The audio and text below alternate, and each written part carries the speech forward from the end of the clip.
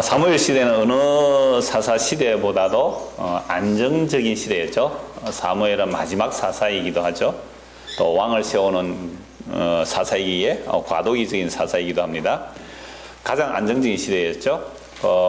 미스바에서 하나님 앞에 회개하죠. 그리고 어린 양을 잡아 기도하고, 그랬을 때 여호와의 손이 사무엘이 사는 동안 블레셋을 막았고 아모리와의 사이에도 평화가 있었습니다. 굉장히 안정적이었죠. 다른 사사 시대처럼 막 적들이 자주 쳐들어오고 환란과 고난 그런 게 없었던 시대예요. 그런데도 이들이 왕을 요구한 겁니다. 사무엘에게 우리에게도 왕을 세워주십시오라고 왕을 요구했는데, 이게 언약의 배반이 돼요. 여호와 하나님의 백성으로 살기보다는 세상의 다른 나라들처럼 인간이 왕으로 다스려주는 그런 나라를 원한 것입니다. 이걸 격하라고 그래요. 하나님의 백성의 특별함이 있는데 다른 세상의 나라들처럼 우리에게도 왕을 세워주십시오 라고 요구한 거죠. 애굽에서 430년간 인간왕의 다스림을 받았죠. 바로왕의 다스림을 받았잖아요. 얼마나 애굽이, 여러분 애굽하면 뭐가 제일 먼저 생각나죠? 피라밋이죠. 그죠? 피라밋. 그래서 피라밋을 가지고 우리는 많이 사회 현상을 설명하죠. 인구도 이렇게 피라밋 구조가 되어 안정적이다. 이거 인구 비례도 그죠? 이렇게 안정적이다 이렇게 말을 하잖아요. 그 다음에 뭐 여러 가지 도표를 할 때 그 인도의 카스트 제도 같은 경우에도 이제 신분 이렇게 얘기하죠. 뭐 브라만 종교 귀족, 종교, 그 다음에 뭐 카이사 계급, 정치 계급, 뭐 그 다음에 평민 계급, 그 다음에 노예들 이런 식으로 나누듯이. 근데 그 이집트의 피라미드 구조의 왕이잖아요. 왕. 누가 다스리죠? 인간 왕이 다스리는 나라가 애굽이거든. 인간 나라가 다스리는 왕. 그러니까 이곳에서 뭘 당했어요? 430년간? 인간 왕의 다스림에 고생을 얼마나 고생했습니까? 그러니까 왕의 마음에 안 들면 사람 죽이고 살리는 게 마음대로 하잖아요. 그래서 히브리인들에게 아이가 태어나면 남자애는 강물에 던지라 그랬잖아요.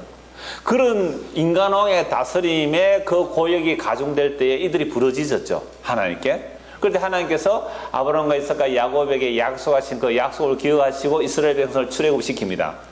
출애굽시켜서 지금 사사시대 약 400년이 지났어요. 출애굽에서 광야를 거쳐 약속의 땅에 들어와서 약 400년이 지났는데 다시 뭐가 슬슬 생각이 나는 거예요? 옛날에 애굽에서 살던 그 시절이 슬슬 생각나는 거예요. 왜? 왕이 없으니 백성은 자기 속에는 옳은 대로 행했더라. 사사시대 왕이 없었어요. 어떤 왕이 있었어요? 여호와 하나님 왕으로 계셨잖아요. 눈에 보이는 왕은 없었어요. 왕이 없었던 게 아니라 사사시대 이들은 뭐가 없었어요? 믿음이 없었습니다. 눈에 보이지 않는 하나님이 우리의 왕이라는 그 믿음이 없고 눈에 보이는 왕만 바라보고 살았던 것이 사실은 애굽시대 430년인데 이게 한 400년 지나니까 이제 슬슬 뭐가 생각나요? 아 옛날이요. 아 옛날이요. 이선희가 불렀어요? 아 옛날이요. 아 옛날이요 노래를 부르는 아 옛날이요. 옛날이 좋았다는 거죠. 그래서 제가 그 경기도 지역에 이렇게 성경을 하면 제가 그럽니다. 꼭 목사가 있어야 교회 돼요? 목사들은 화날 이야기지만 교회가 꼭 목사가 있어야 교회 됩니까? 목사 없어도 복음 안에서 교통하고 교제하면 그게 교회잖아요 라는 얘기를 했습니다. 그래도 두려워서 자기들끼리 모이지를 못하겠다는 거죠. 제가 바라는 바는 그래요. 교회가 목사 없어도 돌아가는 곳. 예수 그리스도가 머리면 되잖아요. 예수 그리스도가 머리가 되시면 되잖아요. 그러니까 제가 가서 그랬어요. 목사 한 사람 모시려고 하면 얼마나 힘들어요. 사택 얻어줘야 되죠. 사례도 줘야 되죠. 힘들잖아요. 그러니까 야 좋다 해가지고 이제 우리끼리 하자는 곳도 몇 곳이 이제 생겼습니다만 어떻게 갈지는 잘 모르겠어요. 근데 미국에서는 상당히 많은 데가 성도끼리 모이는, 물론 그 안에 말씀 사역자 있긴 해요. 돌아가면서 이렇게 말씀을 사역하는 자들이 있긴 한데 그러면 목사님 뭐 지방교회식으로 합니까? 지방교회도 사실은 말씀 사역자 있긴 해요. 자기는 없다라고 말하지만. 그래서 말씀의 은사가 있는 자는 그 뭐 말씀 전하면 돼요. 은사가 있는 자, 말씀의 은사가 있는 자는 뭐 사람들이 이렇게 말할 수 있잖아요. 우리가 한 10가정 정도면 돼요. 10가정 정도 되면 한 사람의 목사를 모실 수가 있거든요. 그러니까 꼭 목사 형식이 아니라도 정말 말씀은 당신은 우리가 일해서 당신 생활비는 우리가 책임질 테니 당신은 말씀의 은사가 있으니 좀 더 말씀에 집중해서 그 말씀의 깊이를 알고 우리에게 전해주십시오 하면 그렇게 하면 되잖아요. 교회 안에서. 그죠? 예, 그러한 일들까지는 사실은 뭐 한 걸음도 못 나가는 모습을 보게 됩니다. 그러니까 제가 원하는 말은 그래요. 교회가 그런 모습으로 가야 되지 않겠느냐. 초대교회도 그랬거든요. 바울이 어느 지역에서 복음을 전했으면 예수 믿는 사람 쭉 나오잖아요. 그럼 그 안에서 뽑아요. 누구를? 장로를 세우는 거예요. 그 당시 장로는 오늘 목사와 마찬가지입니다. 우리 장로계, 그러니까 종교계에서 장로라는 게 아니면 칠위 장로와 말씀과 치리를 함께하는 목사 장로 이렇게 나누어요. 목사도 장로로 보는 거죠. 말씀과 치리를 함께하면 이게 목사고 말씀은 아니고 치리만 감당하면 그건 이제 장로로 보거든요. 근데 초대교회는 그런 구별이 없었어요. 바울이 복음을 전해서 어느 지역에 예수 믿는 사람들이 모이면 그게 교회가 되잖아요. 그럼 그 중에 정말로 말씀의 은사가 있는 장로를 세우는 거죠. 그리고 바울은 떠나는 겁니다. 그 사람이 어떤 특별한 신학교의 어떤 커리큘럼을 마친 자가 아니거든요. 말씀의 은사가 있으면 그렇게 한단 말이죠. 물론 오늘날은 이제 신학교가 필요하긴 해요. 그러나 꼭 신학을 그렇게 해서 그 어떤 커리큘럼에 의한 목회자가 아니라도 뭐 말씀 전할 수 있으면 되죠. 그건 여러분들이 이제 자세히 주의하여 뭘 할 수 있어야 돼요? 분별할 수 있어야 돼요. 이 사람이 전하는 게 이게 진짜인가 가짜가 분별할 수 없으면 여러분들은 다 사기꾼에게 넘어가는 거죠. 우리에게서 나가서나 우리에게 속한 자가 아니다 그랬거든요. 같은 교회에서 나왔는데 그게 우리에게 속한 자가 아닌 이단들이 얼마나 초대교회 또 많은지 몰라요. 하여튼 제가 이 말씀 드리는 이유는 우리는 늘 뭘 원하고 있다? 보이는 왕, 보이는 목사, 보이는 지도자를 원해요. 그러면 제가 만약에 이 넓은 게 지금 싹 사표내고 싹 사라진다면 어떻게 될까요? 주일날 이렇게 오일에 모이겠어요? 목사도 없는데? 성도가 서로 교통할 수 있는 모일까요? 그러니까 제가 아직 있어야 되는 거예요. 자기 있는다는 거 합리화시키는 건 아니고요. 그러니까 여러분들이 그 장성한 자가 되어야 되는 거죠. 말씀의 장성한 자. 그래서 무엇이 옳고 그른지 분별할 수 있는 그 분별력은 있어야 돼요. 그러니까 여러분들이 구역 모임 같은 것도 정말 말씀의 교제가 깊이 있어져야 해요. 계속 그런 식으로. 그래서 이 애굽에서 430년 동안 왕이 있을 때 얼마나 고난을 당했어요. 근데 그 고난을 당해서 보이는 왕이 없는 여호와 하나님이 왕이 되셨으니까, 그리고 여호와 하나님이 왕 되신 하나님께 뭐 군대를 모집해 드릴 필요 없거든요. 이런저런 요구들이 없단 말이에요. 그런데 그 하나님을 버리고 인간 왕을 세워달라고 하는 것이 언약을 배반한 것입니다. 출애굽할 때 하나님께서 하나님께 이스라엘에 언약을 맺잖아요. 이 세상 전부가 내게 속한 것인데 너희가 내 말을 잘 들으면 너희는 내 백성이 되고 나는 너희 하나님이 될게. 그러니까 이스라엘이 뭐라고 했어요? 예, 우리가 하나님 말씀 다 순종하겠습니다 라고 해놓고 하나님을 왕으로 모시겠다는 거죠. 하나님이 우리 아버지요, 하나님이 나의 남편이라고 그렇게 언약을 체결해놓고 지금 다시 왕을 달라는 것이 하나님을 밀어내는 언약 배반이 되는 거예요. 단지 왕 달라는 게 아니에요. 단지 왕 달라는 이야기 아니란 말이죠. 자, 8장 2절 3절입니다. 자, 사무엘이 늙음에 그의 아들들을 이스라엘 사사로 삼으니 장자의 이름은 요엘이요 차자의 이름은 아비야라. 그들이 브엘세바에서 사사가 되니라. 그의 아들들이 자기 아버지의 행위를 따르지 아니하고 이익을 따라 뇌물을 받고 판결을 굳게 하니라. 사무엘이 늙었습니다. 그런데 이 사무엘이 자기 아들들을 이스라엘의 사사로 삼았죠. 그러면 사사는 절대로 세습되지 않습니다. 사사는 하나님께서 임명해야 돼요. 근데 사무엘이 자기 아들들을 사사로 임명했다는 것은 오늘날 큰 교회들이 목사가 뭐예요? 아들에게 교회를 세습시키는 것과 마찬가지예요. 사무엘이 그렇게 깨끗하고 정직하게 단 한 번도 뇌물 받은 적이 없거든요. 그런 사무엘인데 왜 늙어서 이래 되죠? 늙으면 아마 이렇게 되는가 봐요. 그래서 옛날에 그 유시민 씨 이제 정치에서 은퇴했는데 그 사람의 책에서 그 얘기를 했어요. 나이 60 넘어가면 정치하지 마라 그랬어요. 나이 60 넘어가면. 왜 그러냐니까 60이 넘어가면 사람들은 자연히 보수화가 된답니다. 생각들이 굳어진다는 거예요. 그러니까 사무엘들이 뭐 나이가 몇 살인지 모르겠는데 약간 늙어가니까 어떻게 자기 아들을 세습을 했어요. 자, 그런데 이 아들이 자격이 있어요, 없어요? 그런데 자격이 없는 자들이에요. 이 아들들이 뇌물을 받는 거죠. 여러분, 사무엘은 한 번도 뇌물 받은 적이 없습니다. 그런데 아들들이 뇌물을 받으니까 이제 백성의 장로들이 와서 당신은 늙고 당신의 아들들은 뇌물을 받고 사사에 합당하지 않으니 우리에게 왕을 주십시오라고 얘기한 거죠. 이건 백성들의 마음속에 평소에 늘 원했던 왕을 주십시오라는 마음이 있었는데 그 왕을 달라는 그 마음을 사무엘이 늙었다는 것과 사무엘 아들들이 뇌물을 받는다는 것을 빌미로 원하는 것들이 터져나와요. 이런 사람들은 얼마나 악한지 몰라요. 우리가 다 그래요. 우리 인간관계에서 그런데요. 내가 원하는 것들을요. 상대방에게 받아낼 때 어떻게 받아내는지 아세요? 상대방은 뭘 잡아요? 약점을 딱 잡아요. 약점을 딱 잡아놓고는 내가 원하는 것을 요구하더란 말이에요. 그 뭐 인간 사회 속에서 이런 것도 늘 일어나는 모습이죠. 자, 뇌물은요. 절대로 뇌물을 받지 말라 그랬어요. 모든 율법에서 뇌물을 받지 말라 그랬습니다. 하나님도 뭘 안 받으세요? 뇌물 안 받으세요. 하나님 여러분 뇌물 안 받습니다. 그러니까 백성의 통치자를 이스라엘 백성의 지도자라는 것은 하나님을 대리한 지도자이기 때문에 절대로 뇌물을 받지 말라고 말합니다.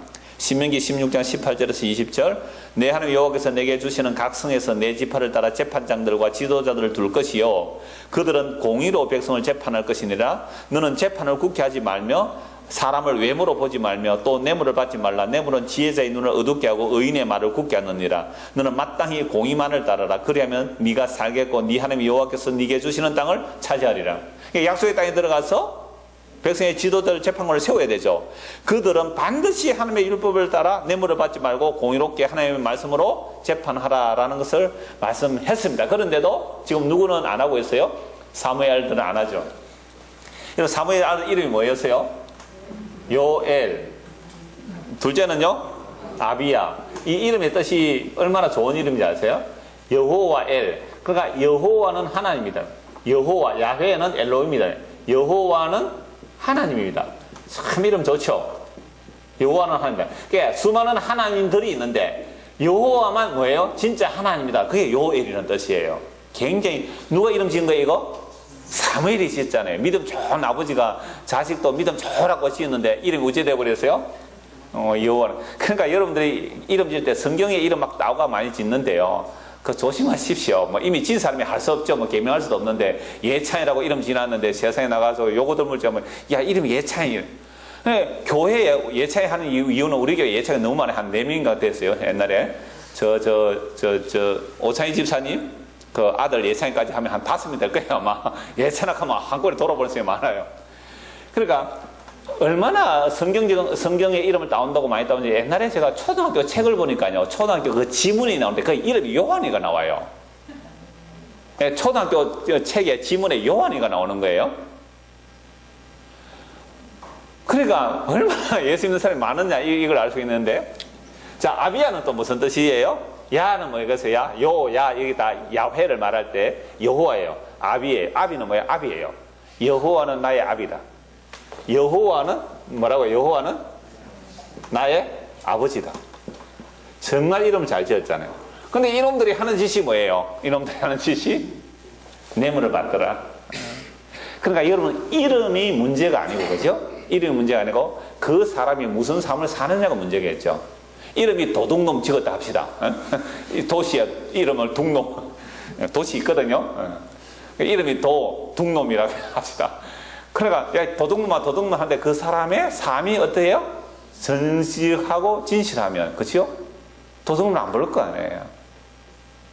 자 그래서 이러한 빌미를 가지고 장로들이 찾아와서 왕을 요구합니다. 4절 보십시오. 이스라엘 모든 장로가 모여 라마에 있는 사무엘에 나아가서 그에게 이르되 보소서 당신의 늙고 당신의 아들들은 당신의 일을 따르지 아니하니 모든 나라와 같이 우리에게 왕을 세워 우리를 다스리게 하소서. 모든 나라와 같이. 그러니까 모든 나라와 같이라는 말은 뭐예요? 다른 나라들처럼 왕을 달라. 여러분 기드온에게도 백성들이 뭘 원했어요? 왕을 요구했죠. 우리에게 왕을 세워주세요라고 했을 때 기드온은 뭐라고 말했습니까? 여호와 하나님이 여러분의 왕이 되고 나는 왕이 되지 않습니다 라고 하면서 자기 아들 이름은 뭐라고 지었어요? 아비멜렉. 아버지는 왕이다. 아까 아비 나왔죠? 아버지라는 뜻이에요. 우리나라 말하고 비슷하죠? 아버지. 아비멜렉. 멜렉은 왕이거든요. 우리 아버지는 왕이다. 그게 하나님이 왕이다라는 뜻도 되지만 기드온도 자기도 왕 되고 싶었던 마음이 거기에 이름 짓는 데 속에서 드러날 수 있는 거죠. 자, 그런데 이제 사무엘 시대에는 이제 노골적으로 왕을 요구합니다. 왕을 요구한다는 자체가 첫째 뭐예요? 언약을 배반하는 것이고, 두 번째는 뭐예요? 자기를 스스로 낮추는 거예요. 격하시는 거예요. 다른 민족과 같아지는 거예요. 그럼 예수 믿는 사람들의 윤리 수준이 세상 사람보다 어떻게 돼야 돼요? 높아야 당연하잖아요. 근데 예수 믿는 사람들이 스스로 뭐예요? 자기 이름을 나는 세상 사람과 같아지겠다고 낮춰버린 거예요. 이들이. 그게 언약의 배반이에요. 여호와께서 사무엘에 이르시되 백성이 네게 한 말을 6절 보십시오. 우리에게 왕을 주어 우리를 다스리게 하라 했을 때에 사무엘이 그것을 기뻐하지 아니하여 여호와께 기도. 그럼 사무엘이 왜 백성들에게 왕을 요구했을 때 기뻐하지 않았을까요? 하나는 이런 것일 수 있어요. 내가 평생토록 단 한 번도 뇌물을 받지 않고 정직하게 내가 백성들을 다스렸는데 너희들이 내 아들 조금 잘못한다고 다른 왕을 요구하니까 참 섭섭하다라는 마음이 저는 있었다고 봐요. 그 다음에 하나님께도 원하지 않는다는 것을 알죠. 그래서 기도한 거예요. 하나님만 위했다고 볼 수는 없어요. 사무엘도. 그러니까 자기를 버리는 것도 섭섭한 거예요. 기뻐하지 않아서 기도하니까 하나님 말씀합니다.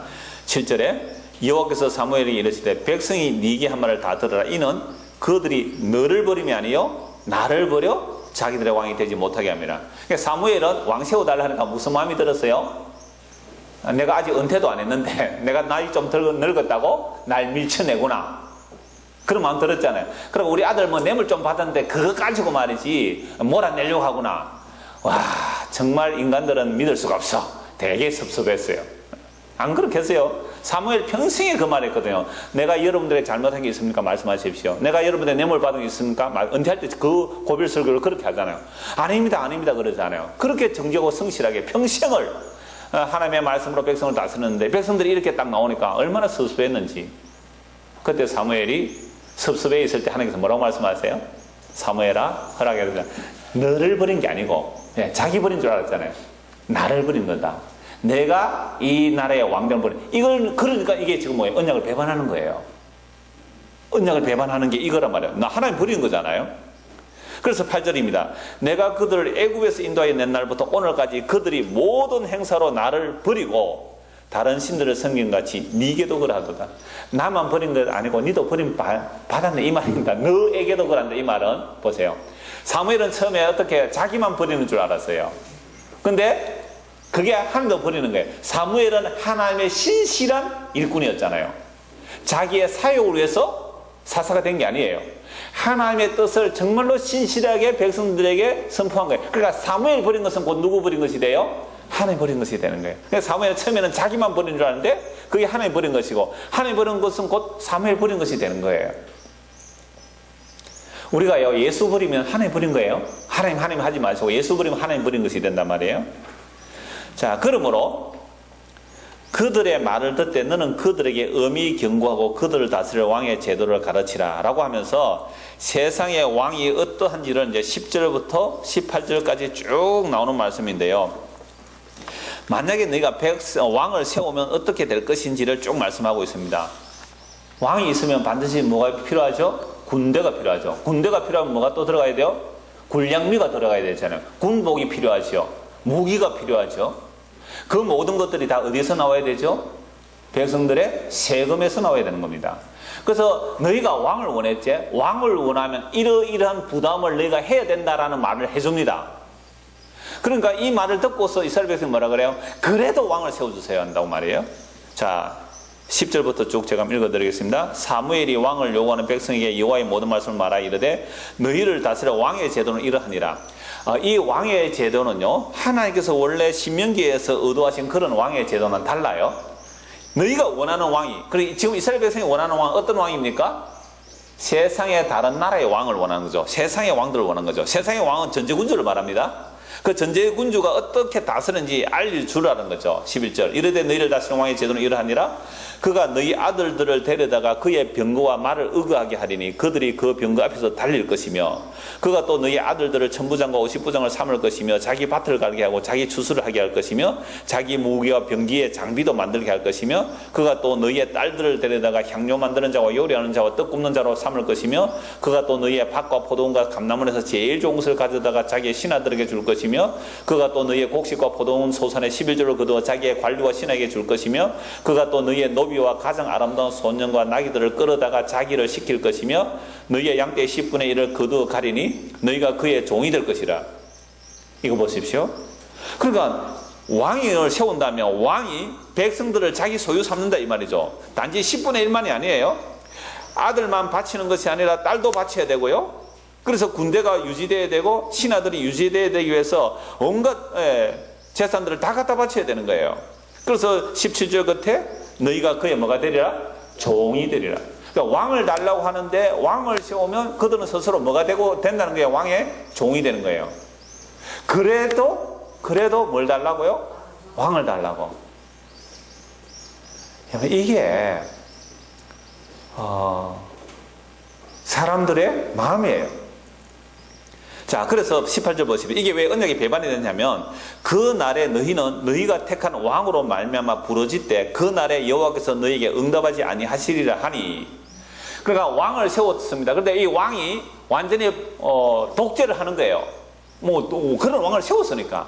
그래서 백성들을 압박을 할 때에 그 압박 때문에 하나님 살려주십시오라고 부르짖을지라도 나는 그때 너희에게 응답하지 않겠다. 왜? 언약을 배반했으니까. 나의 왕됨을 버리고 세상 왕처럼 다른 왕을 세워달라고 했으니까 내가 너를 구원해 줄 필요가 없으니까 너희는 너희가 세운 왕에게 너희를 구원해달라. 이 말이거든요. 이게 바로 언약 배반이에요. 자, 오늘날 이러한 사람들의 모습이요. 이러한 사람들의 모습이 이 역사 속에서 어떻게 나타나는가 하면요. 이 역사 속에 나타나는 모습이 독재자의 모습으로 나타나요.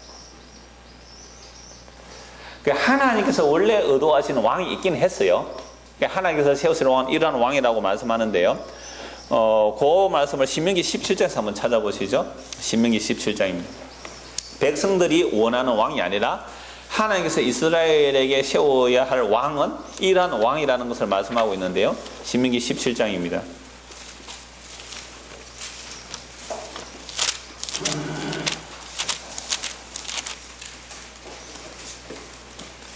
14절부터 한번 보십시오. 신명기 17장 14절. 네가 네 하나님 여호와께서 네게 주시는 땅에 이르러 그 땅을 차지하고 거주할 때 만일 우리도 우리 주위의 모든 민족들을 같이 우리의 왕을 세워야겠다는 생각이 나거든. 하나님 알고 계시죠? 그들이 왕을 요구한다는 것을요. 자, 우리도 다른 나라의 왕이 있으니까 우리도 왕을 세워야겠다는 생각이 나거든. 그런데요, 사무엘서 8장에서 사무엘이 말하는 왕의 제도하고 여기 좀 달라요. 사무엘서 말하는 그 왕의 제도는 그 주변의 전제군주를 말하는 겁니다. 왕이 되면 백성들은 다 누구 것이 되어버리죠? 왕의 것이 돼요. 우리나라도 그랬죠? 우리나라에도 임금이 왕이 있을 때에 이 땅은 다 누구의 땅이에요? 왕의 땅이고 이 땅의 모든 백성은 누구의?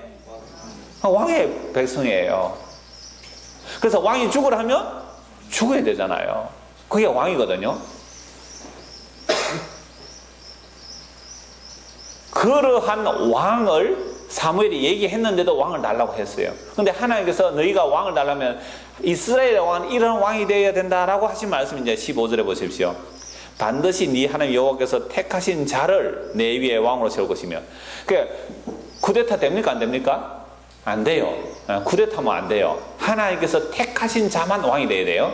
그 여러 가지 다른 방법은 제비를 뽑든 하나님께서 임명하든지 하겠죠. 사사를 보내서 선지자를 보내서 택하신 자를 내 위에 왕으로 세울 것이며 내 위에 왕을 세우려면 네 형제 중에서 한 사람을 할 것이요 내 형제 아닌 타국인을 내 위에 세우지 말 것이며 그는 병마를 많이 두지 말 것이요 병마를 많이 얻으려고 그 백성을 애굽으로 돌아가지 말 것이니 이는 여호와께서 너에게 이르시기를 너희가 이후에는 그 길로 다시 돌아가지 말 것이라 하셨음이며 그에게 아내를 많이 두어 그의 마음이 미혹되게 하지 말 것이며 자기를 위하여 은금을 많이 쌓지 말 것이니라. 여러분, 이런 왕은 세상의 전제군주와 전혀 다른 왕이에요. 하나님의 말씀으로 백성들을 섬기는 것이 하나님이 의도하시는 왕이에요. 하나님의 말씀으로 백성들을 섬기는 것이 하나님이 원하는 왕이에요. 그러니까 왕이 되었으면 뭐가 많아요? 왕이 힘이 있어요? 병거와 마병, 병마, 그 다음에 은금, 돈이 많아야 되잖아요. 그 다음에 아내. 그런데 이스라엘 역사 속에서 이 말씀에 가장 부합한 왕은 누구죠? 다윗이에요. 일부러 말의 힘줄을 끊어버리거든요. 전쟁에서 노력한 말의 힘줄을 끊어버려요. 안에도 그렇게 많이 안 두셨어요. 그 다윗은요. 한 10명 미만. 물론 후군까지 다 하면 또 수십 명 되긴 합니다만은, 또 애굽에 가서 말을 수입해 오지 않았거든요. 다윗이 하나님의 마음에 합했지만 이 다윗조차도 늙어서 전제군주가 되어버렸어요. 그러니까 이방의 왕들은 어떻다고요? 이 백성은 다 내 것이다. 그렇기 때문에 바세바를 뭐였어요? 남의 아내를 간음했잖아요. 죄책감 있었어요? 없었어요? 없었어요. 왜요? 내 거니까. 내 거니까. 여러분, 영국의 왕실, 왕조 안에 보면요. 영국에도 왕이 다 내 거라 그랬잖아요. 지금은 왕은 상징적인 것이고, 수상이 따로 통치를 하지만, 옛날에 왕이 직접 통치할 때요. 왕은 전부 내 것이라 그랬어요. 그래가지고 어떤 남자의 아내가 이쁘면요. 그 남자 보고 네 아내 내한테 바치라 그래요. 그럼 신하가 어떻게 해야 돼요? 자기 아내를 자기 왕한테 바쳤다니까요. 그게 신사의 나라에서 거짓을 한 거예요. 우리나라도 마찬가지고요. 그러니까 이러한 사사시대의 백성들이 왕을 요구하는 이 모습이 온 세상에 그 왕들의 모습이 다 드러나는 거예요. 그런데 이 다윗은 그래도 가장 여기에 부합한 왕이었지만 바세바를 간음하고 그 우리아를 죽였잖아요. 이게 무슨 왕의 모습이에요? 세상 왕의 모습이에요. 이게 세상 왕이 되어버린 거예요, 다윗도. 근데 이것과 정반대의 모습은 솔로몬이에요. 아내를 1000명이나 두고 은금을 얼마나 산더미같이 쌓았으며 애굽에서 말을 수입해다가 그 마병을 다스리는 창고와 그 마병의 그 숫자가 얼마나 엄청난지 기록이 다 되어 있어요. 완전히 반대로 간 게 솔로몬이거든요. 그래서 하나님께서 원하시는 왕은 하나님의 말씀으로 백성을 섬기는 왕이어야 하는데, 지금 이 사무엘에게 왕을 요구했을 때 전제군주 왕을 요구한 거예요. 그렇다면 질문입니다. 이 사무엘 시대에 왜 백성들이 왕을 요구했을까요? 왜 왕을 요구했을까요?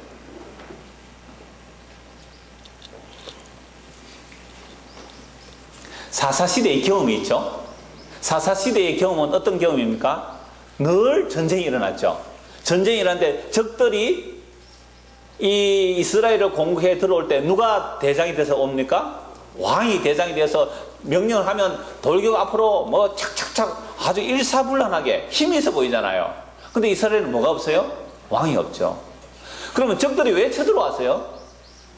이스라엘 백성들이 눈에 보이지 않는 여호와 하나님을 믿지 않으므로 여호와 하나님의 언약을 배반하고 우상을 섬겼기 때문에 여호와 하나님의 언약의 그 저주 따라 적이 쳐들어오는 겁니다. 그럼 적이 쳐들어오면 회개하고 믿음을 가지고 주께로 돌아가면 적이 물러가게 되겠어요.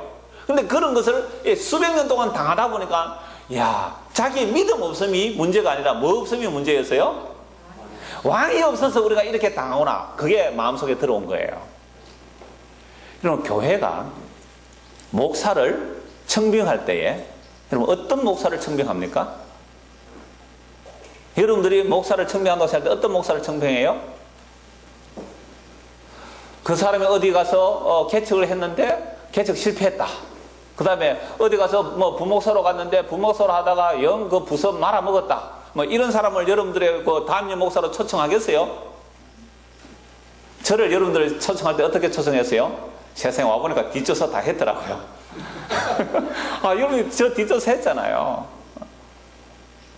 그러니까 이상한 목사 못 선다 했으면 여러분들 아마 저 데리러 안 왔을 거예요. 그죠? 괜찮다 했으니까 데려왔을 거 아니에요. 데리고 오니까 괜찮습니까? 이게 완전히 잘못 데려왔죠. 뭐 복을 빌어줘야 될 건데, 당근과 뭐 축복을 해줘야 될 텐데, 뭐 복은 고사하고 말이죠. 여하튼 실수하셨어요. 그러니까 이스라엘 백성들 왕을 요구할 때는요, 능력 있고 카리스마 있는 왕, 힘 있는 왕, 그래서 적을 물리칠 수 있는 그런 왕이 주어진다면 우리가 세금도 내겠고 우리 자식도 바치겠고 딸도 바치겠고 재산도 다 바치겠다. 그래서 왕 세워주세요. 그래서요, 이 역사 속에서 국가가 형성되는데 왕들이 있었잖아요. 옛날에 왕. 그 처음에는 이제 시족, 나중에 부족, 나중에 좀 더 커지니까 부족 사회에서 안 되니까 강력한 자가 왕이 되었잖아요.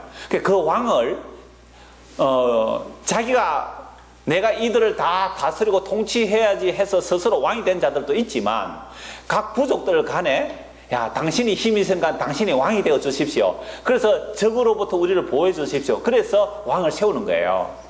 두 종류가 있을 수 있어요. 내가 강제로 지배해서 왕이 되겠다, 스스로 왕이 된 자가 있고, 다른 데는 협의해서, 계약해서 당신이 우리 부족을 지켜주십시오, 당신이 왕이 되십시오 하고 우리 세금 낼 테니까, 그래서 왕을 추대한 거예요.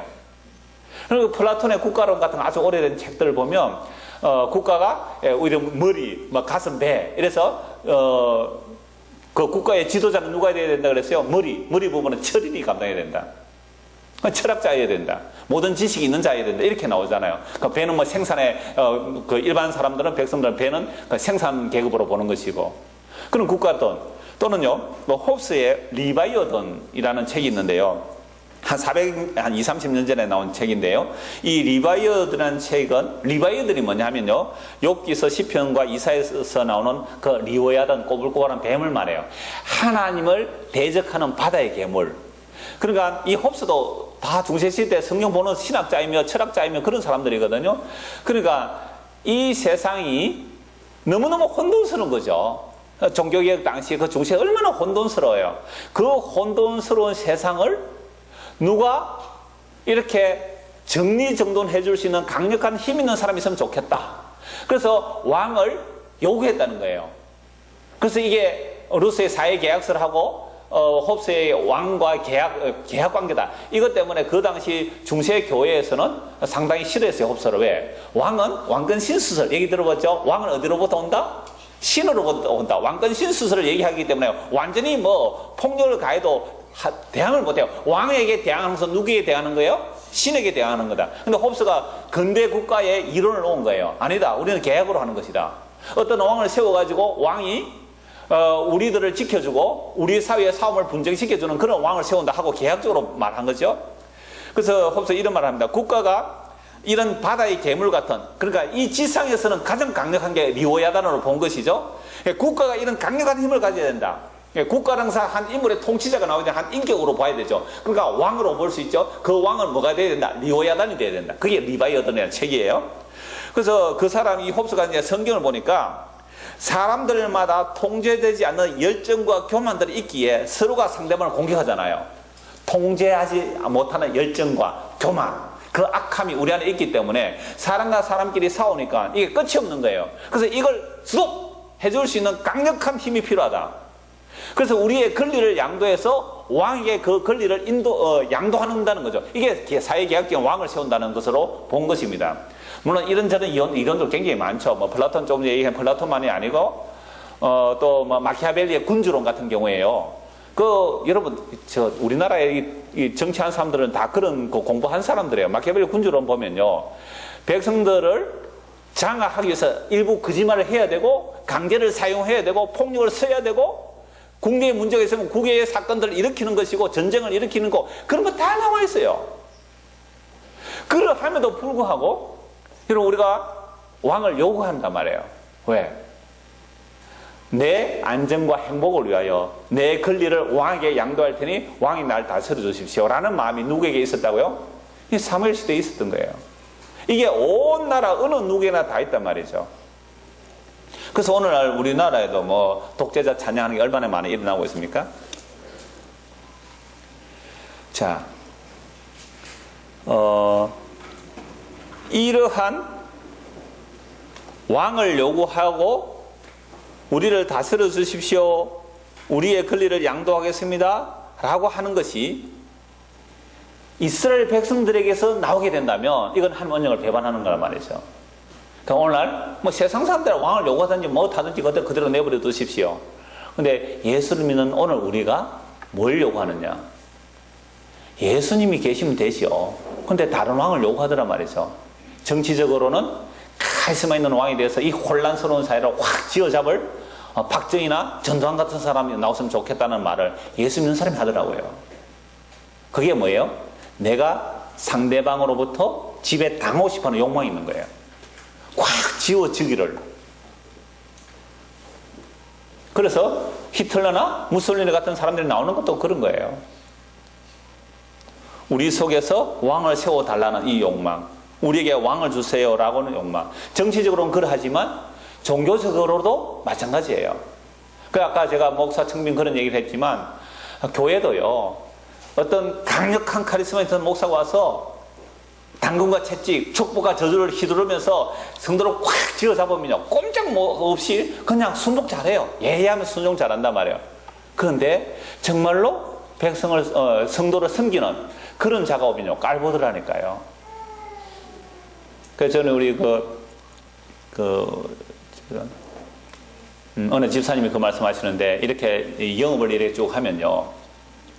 아주 까다롭게 시비 걸고 그러는 사람들에게 잘해주게 된대요. 좀 착하고 그냥 뭐 다음에 가도 욕 안 하는 그런 사람들에게는 마음으로는 왜요? 좀 잘해줘야지 하면서도 실제로는 잘 안 해주더래요. 자기의 경험이. 그래서 독재를 원하는 마음들이 우리 안에 있는 거죠. 그래서 바울사도는 이미 말씀했습니다.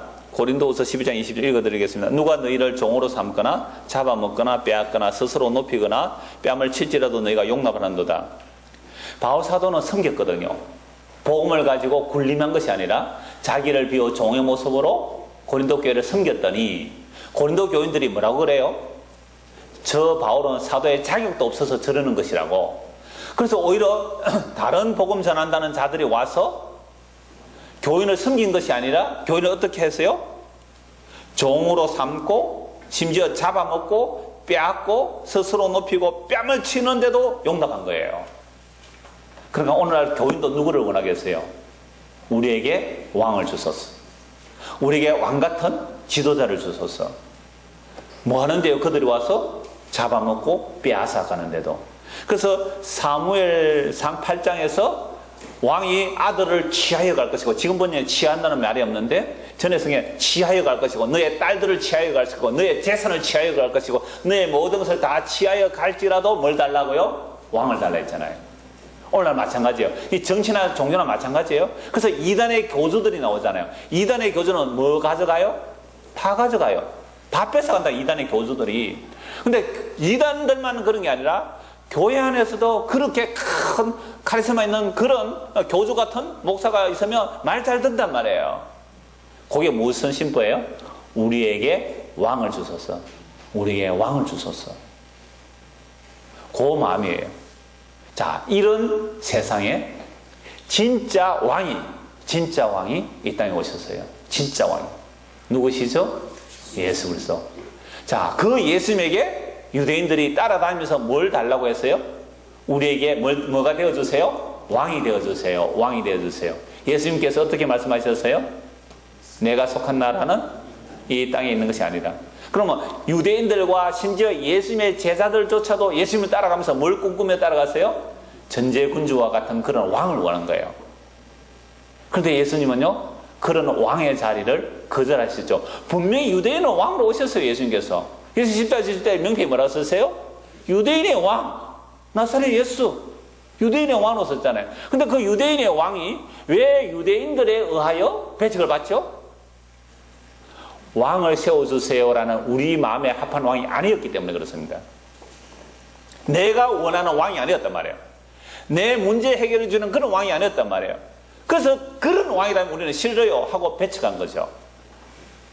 그럼 이런 말씀 보면요, 세상을 우리가 그렇게 세상에 이렇게 국가로 차라리 공부 안 해도 이 말씀만 제대로 알면, 왜 독재자가 나오는지, 왜 이단의 교주들이 나오는지, 왜 교회에 어떤 절대 권력자가 나오는지 알 수가 있어요.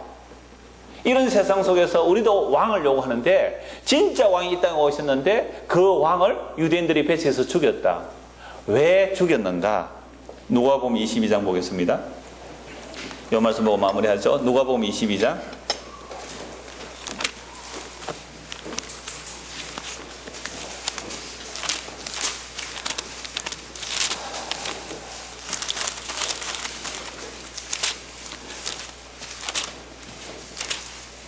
24절입니다. 누가복음 22장 24절. 예수님께서 최후의 만찬을 하시고 나서 십자가를 지러 가시는 길이죠. 그때 24절. 또 그들 사이에 그중 누가 크냐는 다툼이 난지라. 그러나 지금 예수님은 어디로 가시고요? 십자가로 가시는데 제자들은 뭐하고 따라갑니까? 예수님이 메시아 임금이 되면 누가 더 높은 자리 차지하겠느냐라고 하면서 예수님을 따라갔죠. 그러니까 이 예수님의 제자들도 지금 뭘 달라는 거죠? 우리에게 왕을 주소서. 맞죠? 사무엘이 우리에게 왕을 주소서. 이걸 요구한 거예요. 그러면 이런 우리의 왕이 오면 뭐 해준다고 생각하죠?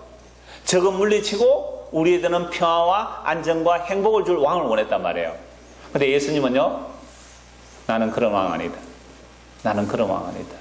너희가 날 믿으면 오히려 세상에서 안정과 평화를 오히려 환난을 당할 것이다. 자, 25절. 예수께서 이르시되 이방인의 임금들은 그들을 주관하며 그 집권자들은 은인이라 칭함을 받으나, 보세요. 이방 나라의 임금은 그들을 주관하고 집권자들은 은인이라 칭함을 받고 그 자기의 왕국 안에 있는 모든 것들을 자기 소유물로 다 취하여 가잖아요. 아들 내나 딸 내나 세금 내나 다 거두어 간단 말이에요. 그런데 너희는 그렇지 않을지니, 하나님의 나라는 그런 나라가 아니다는 거예요. 너희 중에는 큰 자는 젊은 자와 같고 다스리는 자는 섬기는 자와 같을지니라. 앉아서 먹는 자가 크냐 섬기는 자가 크냐? 앉아서 먹는 자가 아니냐? 그러나 나는 섬기는 자로 너희 중에 있노라. 그래서 예수님께서 마지막 만찬에서 뭘 하셨어요? 제자들의 발을 씻겨주셨잖아요. 그건 종이 하는 일입니다. 예수님께서 종이 되셔서 섬겨주시는 나라가 무슨 나라예요? 하나님의 나라예요. 근데 세상 나라는 완전히 거꾸로잖아요. 그러니까 이스라엘 백성들이 원한 나라는 무슨 나라였어요? 세상 나라를 원했잖아요. 그래서 세상 임금을 달라고 했어요. 그래서 예수님의 제자들도 고 사무엘서에서 말하는 왕을 주세요라는 고 마음심보로 누구 따라갔어요? 예수님 따라갔잖아요. 그러니까 예수님께서 세상의 왕이 되면 지는 뭐 하려고요? 높은 자리 차지해서 군림하고 싶어서. 그거 하는 나라 아니에요. 많은 사람들이 교회에 와서 꼭 사무엘 시대에 왕을 주세요라고 하는 마음으로 예수님을 믿는다니까요. 그래서 예수님이 그 근세로 내가 이 세상에서 좀 높아져서 권력으로 한번 장악하고 싶어 하는 거, 하늘나라는 절대 반대예요. 하늘나라는요, 얼마나 많은 사람들에게 섬김을 받았느냐로 평가하는 것이 아니고 얼마나 많은 사람들을 섬겼느냐로 평가하시는 나라예요. 그런데 우리는 어떻게 되고 싶어요? 섬기고 싶어요? 섬김 받고 싶어요? 천국 못 갑니다. 하나님 나라는 섬기는 나라예요. 그래서 마태복음 20장 28절 잘 알죠? 인자가 온 것은 섬김을 받으려 함이 아니라 섬기려 하고 많은 사람들의 생명을 위하여 나를 대속물로 주러 왔노라. 그러니까 우리가 예수님을 잘 믿는 사람은 어떤 사람일까요? 예수님의 섬김을 잘 받는 자겠죠. 이게 진짜 왕의 모습이에요. 하늘의 영광의 보좌를 버리시고 이 땅에 어떤 왕으로 오셨어요? 섬기러 오셨어요. 살과 피를 섬기러 오셨어요. 왜 우리의 왕이 우리를 섬겨주셔야 됩니까? 그 정도로 우리는 죄인이라는 사실이에요. 그 정도로 우리는 자기밖에 모르는 자들이에요. 예수님께서 자기의 살과 피를 주시며 자기의 생명을 우리를 위하여 내어주시는 그 섬김을 섬기지 않으면 우리는 구원받을 자가 하나도 없다는 말이에요. 그래서 전혀 다른 세상을 바라보시고 하나님 나라는 하나님이 우리를 섬겨주시는 나라구나.